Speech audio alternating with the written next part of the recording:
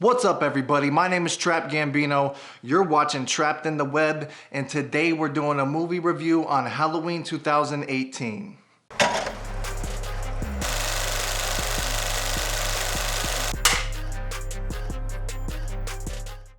Right away, the music they chose for this movie is deep. To me, it tells a story of a dark past, just a creepy undertone that almost lets you know that this is a horror, but also partly a drama. Orange letters, black background, they're going full nostalgia with this one. Now, just to mention, they do this a lot throughout the film. Sometimes it's cool to see familiar shots. Sometimes it's a little annoying because I can't help as a fan to feel like I want to see something fresh in 2018. So the film starts off at Smith's Grove, where we learn Michael Myers is now old as shit. Say something, Michael. Say something. I mean, seriously, the guy's almost 70 here. Side note, Michael's doctor sounds like Nigel Thornberry. Smashing! Now we meet back up with Laurie, and this is where I was most disappointed in the film. First of all, the stray that they do from the originals is Laurie is no longer Michael's sister. Wasn't it her brother who, cold-blooded mutilated all those teenagers? No, that's just a bit that some people made up to make him feel better, I think.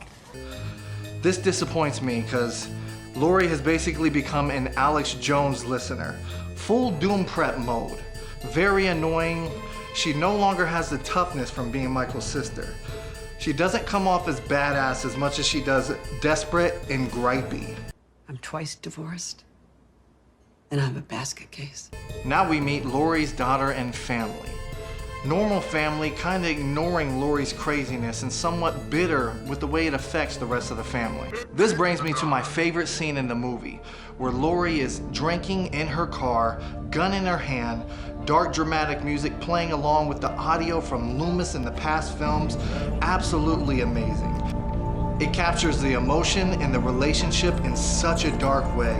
You can just feel that there's a past behind this, which also makes me upset she's no longer Michael's sister. After an infamous Jamie Lee Curtis scream, Laurie shows up to a family dinner where we learn Laurie's family is embarrassed by her and ashamed of her, rightfully so. Laurie acknowledges this fact, but feels like it's worth it to warn them.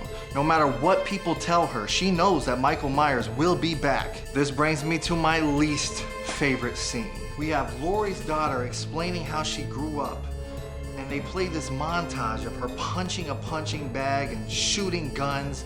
It's embarrassingly cringeworthy, and I just thought it was super corny and a little lazy. Unfortunately, corny and lazy is an ongoing theme here in this film. Now Michael is on the loose. Begin the kill count. No, I'm just kidding. A lot of these kills are seen off camera. If it's already an R-rated movie, what's the point? That's corny and lazy. It's 2019. I want to see what Michael can do with some CGI. There's a scene where you see a man's jaw ripped clean off. Imagine seeing that shit.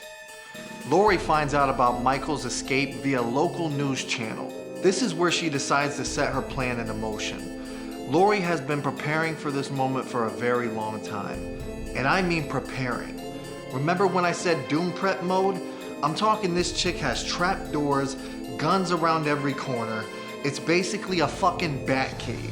Where did Laurie get the money for all of this? Hell, I don't know. Perhaps ripping off reporters? Time's up. I'll accept my payment. Kill time again. The CGI here is on point. Michael Myers is now nonchalantly walking through the streets of Haddonfield, aimlessly looking for Laurie. At the same time, Dr. Nigel Thornberry, along with one police officer, is searching for Michael. Unfortunately for them, they find him. This is where one of the worst kills in Halloween movie history takes place. Michael Myers stomps on a guy's head, and Bush's baked beans pour out of it like a food porn commercial. Cut to Laurie and her family preparing for Michael's arrival. Apparently, during this 30-year prison stint, Michael's been hiding a GPS up his ass instead of a chef knife. There's a few plot holes like this throughout the film. Maybe Michael is some mythical 70-year-old creature that somehow knows the location of his surviving victims. The one that got away. Knock knock, Michael's here. Blood's on his knife, Viagra's at its peak, and Laurie is setting her trap. Pun intended. After an epic fight scene between brother and between old man murderer and some girl named Laurie, she finds herself thrown off of a fucking roof. We're distracted by Laurie's daughter's scream. Michael looks away, then looks back to find Laurie's body missing. Sound familiar? Michael is now searching through the house for Laurie's daughter. The GPS must be kicking in again because he somehow smells them out through a trap door. Using his old man strength, Michael rips off the door, exposing Laurie's vulnerable family, who's now surrounded in a room by shotguns and crossbows and shit. That's right, this was all a setup, and now they have Michael just where they want him. After a struggle and Laurie heroically showing up in just the nick of time, the bad guy is now captured and Laurie sets ablaze. Some camera trickery gives you a hint that they don't plan on killing this character off anytime soon.